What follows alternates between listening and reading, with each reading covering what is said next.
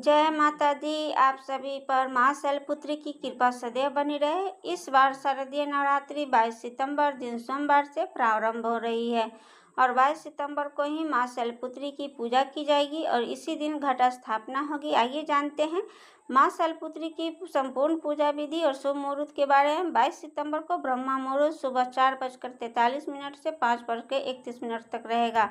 सूर्योदय होगा सुबह 6:19 पर और सूर्यास्त होगा शाम के 6:19 पर। चंद्रास्त शाम 6:38 पर होगा और इस दिन राहु काल सुबह 7:30 से 9 बजे तक रहेगा।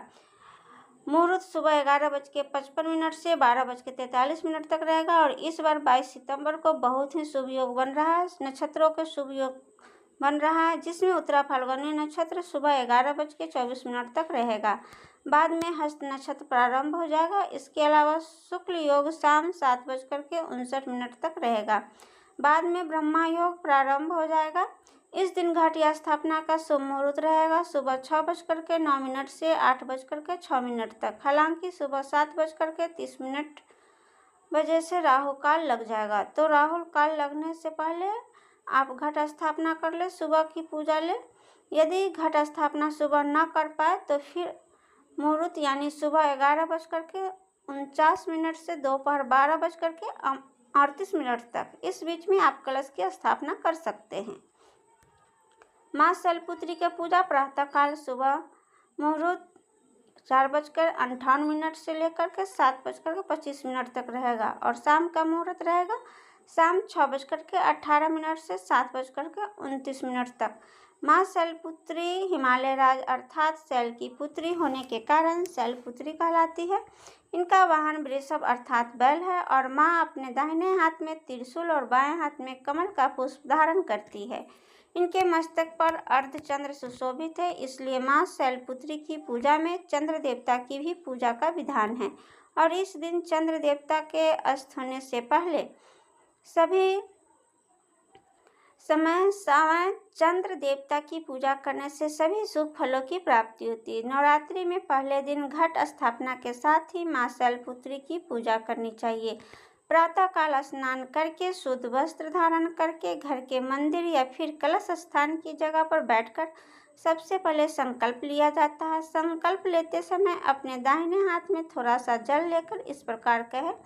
आपको अपना नाम, अपने कुल, अपने गोत्र का नाम लेकर इस प्रकार कहना है कि मैं शुद्ध मन, वाणी और कर्म से माँ शैलपुत्री की पूजा कर उनके आशीर्वाद की कामना करती हूँ या करता हूँ।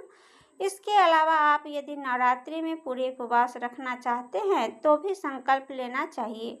यदि उपवास नहीं रख रहे हैं, केवल पूजा 9 दिन तक कर रहे हैं तो उसका भी संकल्प लेना चाहिए।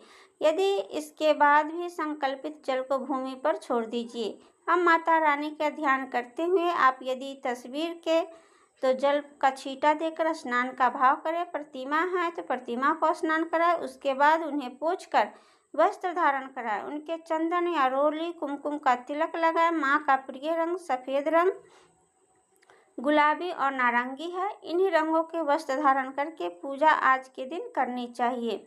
पूजा में घी से बने हुए व्यंजन और खास तौर पर घी से बना हुआ भोग जैसे खीर या फिर रबड़ी और मावे के लड्डू आदि अर्पित करना चाहिए। इसके अलावा आप पान, सुपारी, लौंग, इलायची का भोग प्रतिदिन माँ को लगा सकते हैं। यदि आपके पास कोई खास व्यंजन न हो तो भोग सबसे अंत में लगाना चाहिए। सबसे पहले धूप दीप जलाकर माँ का पूजन करें। माँ के मंत्रों का जाप करें। माँ के मंत्र है ओम देवी शैलपुत्री नमः। प्रार्थना मंत्र है वंदे वांछित लाभाय चंद्रार्थ कीर्तम शेखरम वीरसारूढ़ा शूलधराम शैलपुत्री यशस्विनी। स्तुति मंत्र है यह देवी सर्वभूतेषु या माँ शैलपुत्री रूपेण संस्थिता नमस्तस्यै नमस्तस्यै नमस्तस्यै नमो नमः। इन मंत्रों के अलावा ओम दुर्गाय नमः मंत्र का जाप करके और ओम ऐं ह्रीं क्लीं चामुंडाय वीच नमः इस मंत्र का भी जाप किया जाता है। माँ के चरणों में कुछ दक्षिणा अर्पित करें। माता रानी के श्रृंगार की सामग्री अर्पित करें। प्रत्येक दिन श्रृंगार की कोई एक सामग्री अवश्य अर्पित करनी चाहिए। लाल चुनरी माँ को चढ़ाएं। यदि आप दुर्गा सप्तशती का पाठ पूरे 9 दिन तक करना चाहते हैं तो पहले दिन से पाठ प्रारंभ करें। पहले दिन अर्गला किलक स्तोत्र का पाठ करने के बाद ही सप्तद्वार मंत्र का जाप किया जाता है।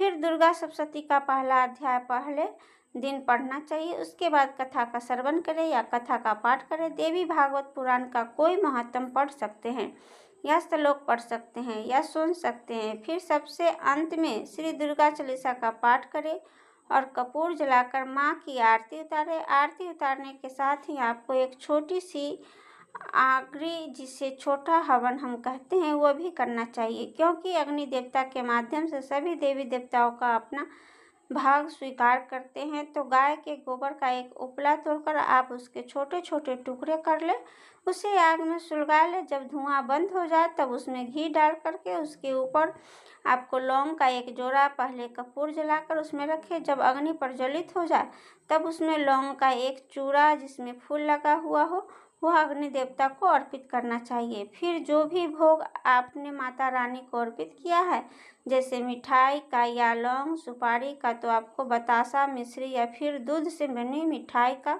थोड़ा सा हिस्सा अग्नि देवता को अर्पित करके सबसे अंत में अग्यारी के चारों ओर जल छीटा देना चाहिए। यदि आपने कलश की स्थापना की है तो पूजा का शुभारंभ कलश स्थापना से होना चाहिए। और विघ्नहर्ता भगवान गणेश जी की पूजा के बिना कोई भी पूजा या कोई भी व्रत प्रारंभ नहीं होता। तो गणेश भगवान का पूजन आप सबसे प्रारंभ में अवश्य करें। सभी 9 दुर्गाओं का ध्यान करें और यदि आपने 9 ग्रह यंत्र रखा है तो 9 ग्रह का पूजन करें। 9 ग्रह मंत्र का जाप करें या स्तोत्र का पाठ पढ़ सुन सकते हैं। कलश की स्थापना के बगैर भी आप शैलपुत्री की पूजा कर सकते हैं। उपवास रखने में समर्थ ना हो तो भी आप माता रानी की पूजा 9 दिनों तक पूरे श्रद्धा भाव से कर सकते हैं। यदि इस प्रकार पूजा करने से आप व्रत रखें, शाम के समय एक बार फिर से साफ स्वच्छ वस्त्र धारण करके पूजा करें, माँ को भोग लगाएं। भोग शाम के समय आप फलाहार कर सकते हैं, जिसमें आप आलू, लौकी या कद्दू से बने हुए सात्विक भोजन का भोग लगा सकते हैं। इसके अलावा पान, सुपारी, इलायची का भोग लगाने से भी अगर भोग में कोई कमी रह जाती है तो वह पूर्ण हो जाती है। नवरात्रि के पूरे 9 दिनों में हो सके तो एक छोटी कन्या को फलाहार फल दे।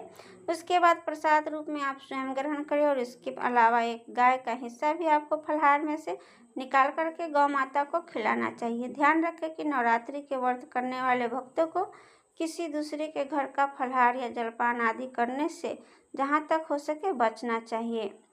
अगर किसी भी महिला या कन्या को नवरात्रि के व्रत के दौरान पीरियड्स हो जाए तो व्रत बीच में नहीं छोड़ना चाहिए। इस दौरान आप पूजा किसी भी सामग्री को स्पर्श न करें, लेकिन मानसिक पूजा करते हुए आप व्रत रख सकते हैं। मन में उन सभी चरणों को आप दोहरा सकते हैं, जैसे आप पूजा पाठ करते समय, मंत्र का जाप करते समय। पीरियड्स के दौरान भी आप मानसिक जाप कर सकते हैं। मेरी वीडियो पसंद आई होगी तो वीडियो को लाइक, शेयर, कमेंट करना न भूलिएगा। और मेरे चैनल पर पहली बार आए हैं तो चैनल को ज़रूर सब्सक्राइब कीजिएगा। फिर हम नया वीडियो आपके लिए ज़रूर लेकर के आएंगे। बने रहिएगा हमारे चैनल पर और कमेंट में जय माता दी लिखना